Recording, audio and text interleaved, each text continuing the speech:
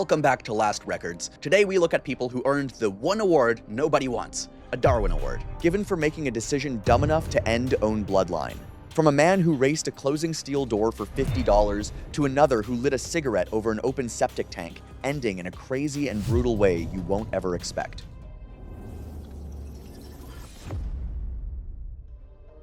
It was March 11th, 2016, at an unattended in-bay automatic car wash on a commercial strip in Tulsa, Oklahoma. The motorized rolling door at the far end had been closing the same way for years, and by the end of that night, it was the only thing anyone there could talk about. Colton Brazwell was 24 and sold used cars half a mile up the same road. Coworkers described him as the one who took every dare on the floor and filmed most of it for a small following, and friends said he never let a bet sit unanswered. The wash ran on a paid cycle, a roll-up door coming down at each end of the bay once you fed the machine. There was supposed to be a safety edge along the bottom, along with other built-in safety systems meant to stop the door if something was underneath it. The attendant said those safety features had failed a test just weeks before. Management had been told twice, and the door stayed in service anyway. The friend put $50 on it, more as a joke than anything, and told him twice the door was heavier and faster than it actually looked. Colton propped his phone on the hood to frame the length of the bay, fed the machine, and started the cycle. A $50 bet between friends usually dies on its own. What I noticed most is that he never misjudged the door. He knew how long he had, and he decided the gap was wide enough for a dead sprint. He walked the bay once, counting the door down under his breath. What I noticed most is that he never misjudged the door. He knew how long he had, and decided the gap was wide enough for a dead sprint. The door started down from the top of the frame with a chain drive clicking. Colton was at the far end with his hands on his knees, and he let it get halfway before he ran. The friend, still filming, was shouting at him to stop before he had covered 10 feet, and it is on the recording, one long word that runs together. He went down onto the wet concrete roughly 6 feet short of the opening and slid with his arms out in front of him. His head and one shoulder cleared, the rest of him did not. The door came down across his upper back and the base of his neck and kept going because the safety system that was supposed to stop it had already failed. For a few seconds, he was still moving. Witnesses described one arm out past the door, the hand flat on the concrete, the fingers spreading and closing. The friend dropped the phone, got both hands under the bottom edge and pulled, and could not shift it at all. He has said the door stopped feeling like a door about then and started feeling like the floor. An attendant came out of the office at the sound and went for the disconnect, working his way around the machinery enclosure to reach it, and by his own account, it took him more than a minute. Two customers from the next bay tried to pull Colton clear while he worked, but the door would not give. The hand on the concrete had stopped moving before it finally did. I don't think the door was ever really the point. By then, pride had probably taken over. The attendant called emergency services the second the door came up, and paramedics were on the strip within minutes, but there was nothing left for them to do for Colton by then. He was pronounced at the scene. The medical examiner listed the cause of death as crushing injuries to the chest and cervical spine with traumatic asphyxia. The wash shut that bay down and locked it out pending inspection, and had the sensing edges on both doors replaced, something the attendant said should have happened long before that night. The friend never posted the video, and by his family's account, he hasn't watched it since. His coworkers just remembered him as the funniest guy on the lot. What a thing to lose your life to. A door doing precisely the job it was built to do, on a schedule anybody could have read off the sign beside it. Colton lost a race against a machine that never knew it was racing. Our next man spent 11 days losing a slower one, to a bottle he kept a written record of.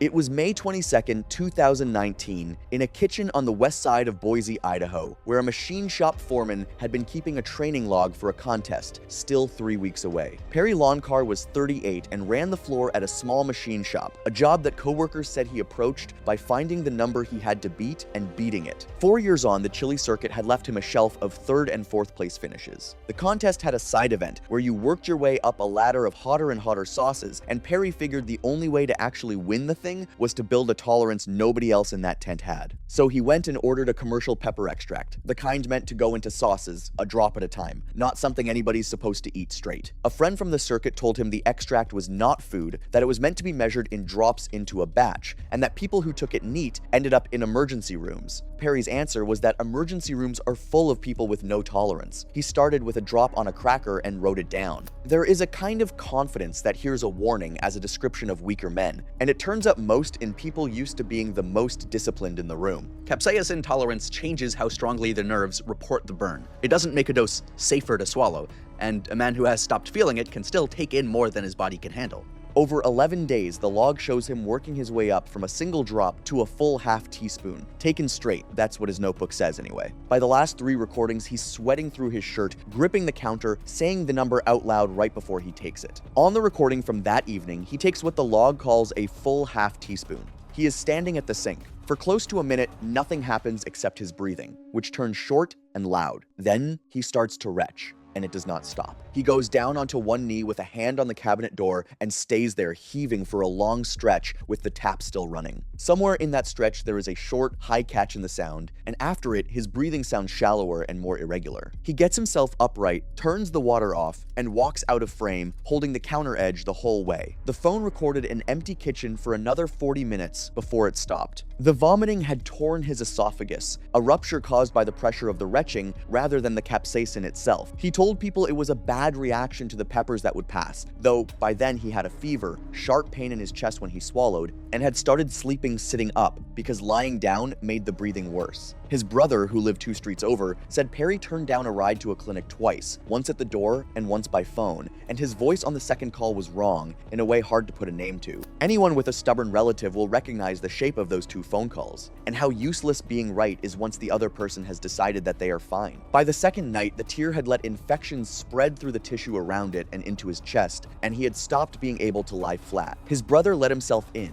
and found him sitting upright on the edge of the bed, gray, breathing in shallow pulls, unable to finish a sentence. The brother called emergency services, and paramedics arrived within minutes. Perry made it into surgery and died there early the next morning. Doctors later identified the injury as Boerhaave syndrome, an esophageal rupture complicated by mediastinitis and sepsis. His family found the notebook and the phone right on the counter where he'd left them, the last entry filled in and dated. The friend who'd warned him has said he still thinks about the call he didn't make, the one to somebody else about it. The cook-off went ahead 3 weeks later without him. The bleakest detail for me, honestly, is the notebook. He kept records for a contest he never got to enter, and those records are the only reason anyone knows how carefully he did this to himself. Perry hurt himself in private and told nobody until it was far too late. Our next man did the opposite and went up 30 feet in front of thousands of spectators, all shouting at him to come down. It was July 3rd, 2018, at an independent league ballpark in Grand Prairie, Texas, in the middle of the 6th inning of a game that would be stopped within minutes. Jaylen Ostrowski was 22, a community college student who worked mornings at a parts counter and spent his evenings at that ballpark. He kept foul balls in a milk crate at home and had a reputation for going over railings and under seats to get them. The foul pole was the kind common in smaller parks, a steel column running up from the outfield wall with a protective screen fixed along one side, standing better than 30 feet at its top. Friends said Jaylen had joked about climbing it, always as a joke, until a foul ball went into the screen and lodged in the framework about 25 feet up. He went over the wall railing and started climbing the pole hand over hand, grabbing whatever he could on the screen, the vertical supports, the horizontal braces, anything that gave him a hold. 2 ushers were on him before he'd even made it 10 feet up, yelling at him to get down, and some guy in the front row was yelling the exact same thing. He kept climbing, and several people said he was laughing while he did it. I have watched people do stupid things for a souvenir, but a crowd noticing you builds its own momentum, and I suspect that ball stopped being the reason he was up there before he was halfway. A detail I won't be able to ever forget is that nothing about that pole was built to be climbed. It was smooth painted steel, and the mesh gave him nothing for his feet but small bolts and fittings. He got high enough to reach the ball with one hand on the screen and one on the pole. People below said he paused there a moment before he committed. Then he let go with his good hand to reach for it, and the hand on the screen slid, and witnesses said he did not seem to understand it was happening until it already had. He struck the screen on the way down and fell outward, rather than straight to the base of the pole. For the people in the lower rows, that instant was the worst part, because it gave them just long enough to understand what they were about to see.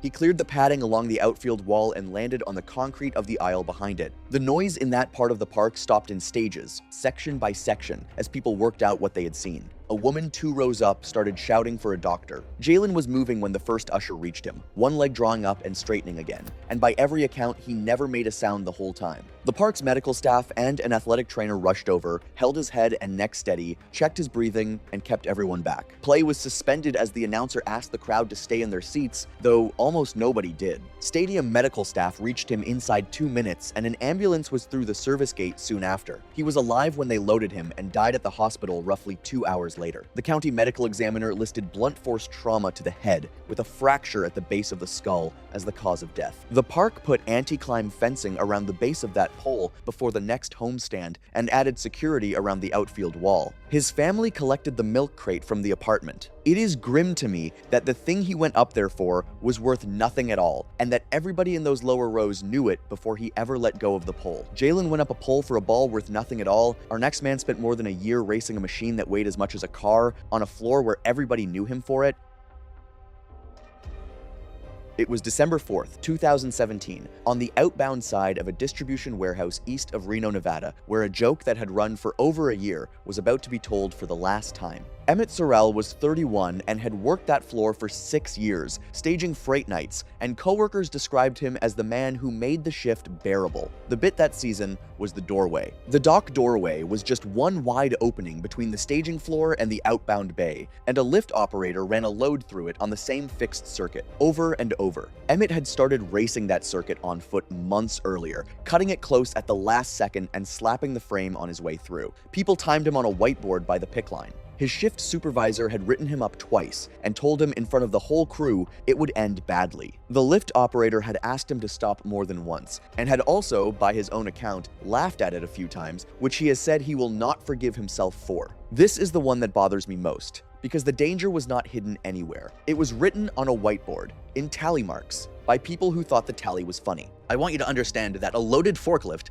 is not a car with worse brakes. It steers from the rear, carries a heavy counterweight behind the operator, and a tall load leaves the driver looking around it rather than over it. That night, the load was tall, stacked pallets of bottled product blocking the floor ahead of him entirely. Driving with the load leading rather than trailing broke the one rule that mattered most, but it was how that shift had done it for months. Emmit came off the staging aisle at a run from his blind side, timing it the way he had timed it 100 times. He was late by a step. Coworkers at the pick line said he seemed to realize it and tried to turn out of it, and that his boot went out from under him on the sealed concrete. He came down against the door frame, with the mast and the bottom pallet still coming through, and the load pinned him from the chest down against the steel. The operator braked hard, but the mast and load had already pinned Emmit against the frame. He was awake and talking. Several people there said the talking was the hardest part, that he apologized twice and asked somebody to get the load off him, and that his voice stayed normal enough at first that a few of them still thought it might come out all right. Nobody would move the machine. The operator got off and froze, and a lead from the next aisle held people back, because backing a loaded mast out of a man is not something anyone improvises. Firefighters stabilized the load with cribbing before attempting to free him. Somewhere in there, Emmit stopped answering, and the color went out of his face in a way people described afterward in almost identical words. Nobody in that building did the wrong thing in those minutes, and I want to say that plainly, because the instinct to grab a machine and pull is the same instinct that turns one death into two. The shift supervisor called emergency services within about a minute, and it took the better part of 15 minutes between the fire department arriving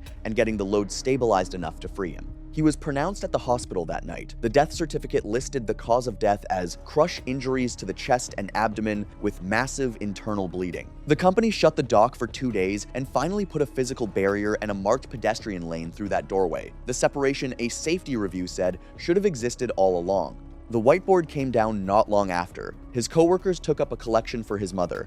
I just can't get my mind off of those tally marks. Every single one marked a night that this didn't happen, and every one made the next attempt feel more routine and less like a risk. Emmit had a crowd cheering a bad idea for a year. Our next man's audience was his own family, and every one of them was standing on the boat with him. It was September 26th, 2015, on a tidal creek several miles outside Annapolis, Maryland, on a clear Saturday morning with a fixed highway bridge a quarter-mile downstream and a boat coming toward it that did not fit underneath. Foster Rennick was 52 and owned a small commercial cleaning company he had built from nothing. Friends at the marina described him as generous but immovable once he had taken a position, and he had sailed that stretch for 11 years. What had changed was the boat. Over the winter, he had replaced the rig with a mast 4 feet taller than his old one, and people at the marina have said he talked about the extra sail area all spring and never once mentioned the height. A dockhand stopped him at the fuel dock, told him straight up he wouldn't clear the bridge on that rig. He needed to unstep the mast or take the long way around. The argument dragged on long enough that 2 boats were stuck waiting behind him. Witnesses said Foster asked the dockhand how old he was, told him he'd been going under that bridge for a decade already, and pulled away mid-sentence, his wife and 2 grown sons still aboard. I have met a lot of men like Foster, and I like most of them, but there is a version of experience that stops being knowledge and turns into a refusal to be corrected by anybody younger. A mast doesn't bend, and a bridge doesn't move, but the water underneath it does. As the tide comes up, there's less room for a boat to clear under that bridge, and unfortunately, that morning, the water was almost as high as it gets. He went at it under power with the sails down, and by 3 separate accounts, he never slowed. His older son was up on the bow. People fishing off the bridge said they watched the mast coming, started waving both arms and shouting down at the boat, and that nobody aboard looked up. The mast had struck the underside of the girder, and the boat kept driving forward into it. The impact damaged the mast and rigging, and the upper section came down across the cockpit with the standing rigging still attached. The men fishing above said they felt the hit come up through the bridge deck under their boots. It caught Foster across the chest and shoulder at the wheel and took him over the side with the wire wrapped around him. His wife was thrown against the coaming. The broken mast and rigging went into the water alongside the hull, still tangled together, and Foster went down with it, unable to work free of the wire. Both sons went in after him, diving blind into silty water thick with tangled rigging that could just as easily have caught them. The younger one reached his father's arm, but lost his grip when the rigging shifted. They went down twice more before one came up with his palm laid open from the wire and did not go back in. 2 sons diving on their own father in water they cannot see through is not a detail I can make any lighter, so I am not going to try. 2 of the fishermen called emergency services from the bridge within seconds of the impact, and a marine response unit arrived within minutes, with rescue divers brought in as additional crews reached the scene. It was closer to 20 minutes before they brought Foster up. His death certificate listed drowning with blunt force injuries to the chest. The marina put up its own clearance warning by the fuel dock afterward, numbers a foot tall. More than one person there has said it should have gone up years ago. The dockhand who tried to stop him quit that winter. What a way to be remembered by your own children as the man who was right about that bridge for 11 years and would not hear that the boat had changed. Foster's family watched it happen from 10 feet away. Our next man's son watched from the driveway through the open door of a workshop with every rule in it written on the wall. It was October 7th, 2020, in a converted garage workshop behind a house on the east side of Asheville, North Carolina, where the man who taught half the county shop safety kept 2 identical buckets 4 feet apart. Silas Bregman was 45 and had taught high school shop for 16 years. Former students describe a teacher who stopped a class over an unlabeled container and failed people for showing up without eye protection. He forged on weekends and sold what he made at a market twice a year. The week before, he drained the oil out of a mower and a generator into a 5-gallon bucket and set it down on the shop floor just a few feet from the other bucket, the identical one he used to quench hot steel in water. Neither was labeled, and his wife has said she asked him twice to deal with it, and he told her he knew which was which. That afternoon, he was finishing a set of hooks with his teenage son going in and out of the shop. He brought a piece up to heat, drew it out of the fire orange, turned, and put it into the wrong bucket. Ask any shop teacher, and they will tell you the whole point of labeling a container is that one day you will be tired or rushed or thinking about something else. He taught that for 16 years to other people's children.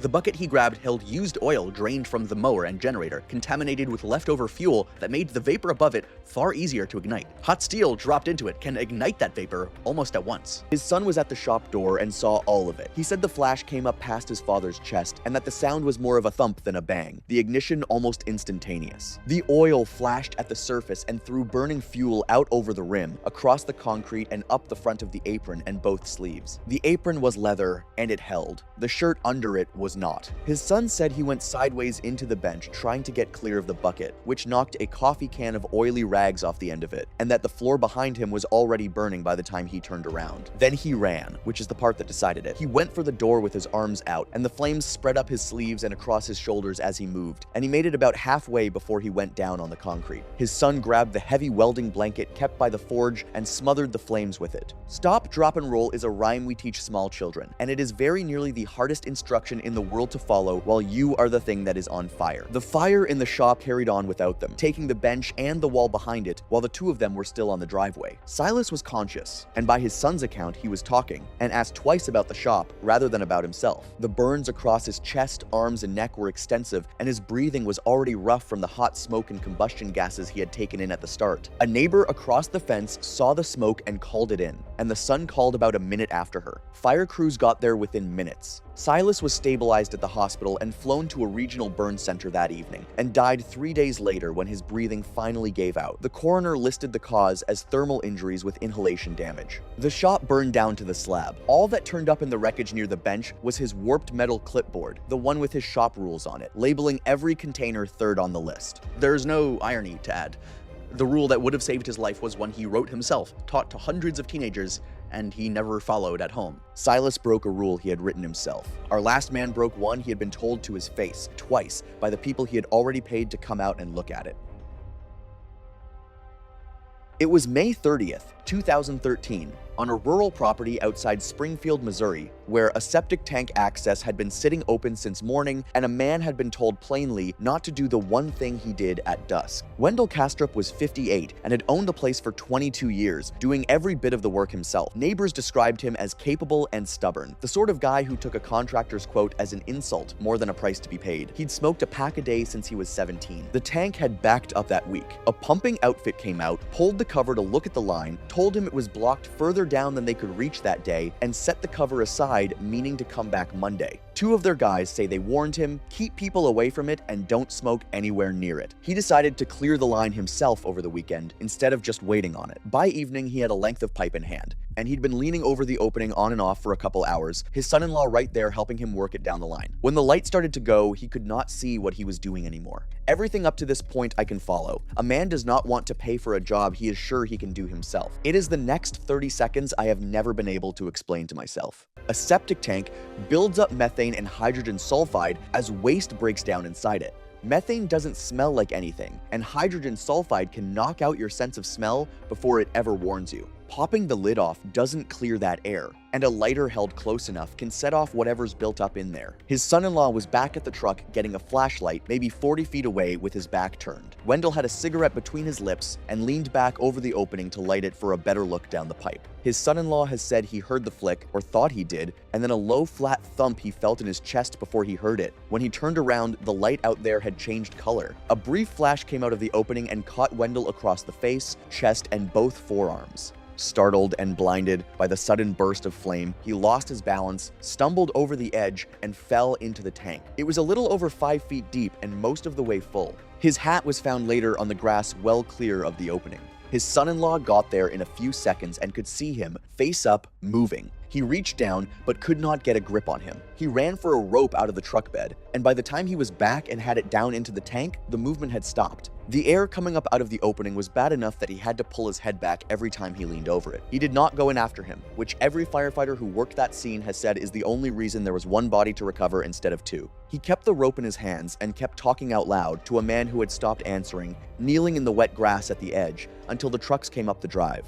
That decision to hold on to the rope and stay out of the tank is the single smartest thing anybody does anywhere in this video, honestly. He called it in about 2 minutes after the flash, and the fire department made the drive out from town. Firefighters went in wearing breathing masks, hooked him to a harness, and pulled him out. The county coroner recorded the cause of death as drowning, with flash burns to the face and arms. The opening has been bolted shut since, and the pumping company finished the repair that summer. His son-in-law has said he still turns around at the sound of a lighter. If there is one thread running through all 7 of these, it is that not one of these men was uninformed. Every one of them was told, out loud, by somebody standing right there, and everyone heard it as an opinion rather than a fact.